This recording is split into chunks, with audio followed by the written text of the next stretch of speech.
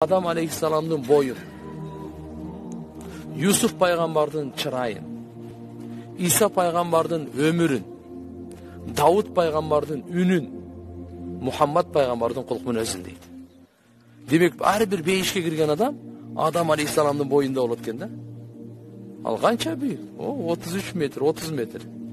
Юсуф пайгамбардын чырайын, аялдар чырайлыгына ашык болуп, колдорун кескенин унутуп калган. Дауд пайгамбардын үнү, Забурду окуганда, Алла Тааланын каламын окуганда, чымчыктар уча албай, жанына келип конуп калчу эле. Бул жөнөкөй эмес. Иса пайгамбардын өмүрү 33 жаш дейт. Бейишке киргендердин баардыгы өтө каруу болду да кирбейт, жаш да болбойт. Мына орто ушундай болуп берет. Пайгамбарыбыз Мухаммад алейхиссаламдын мүнөзү, буда кеп жок да, буда.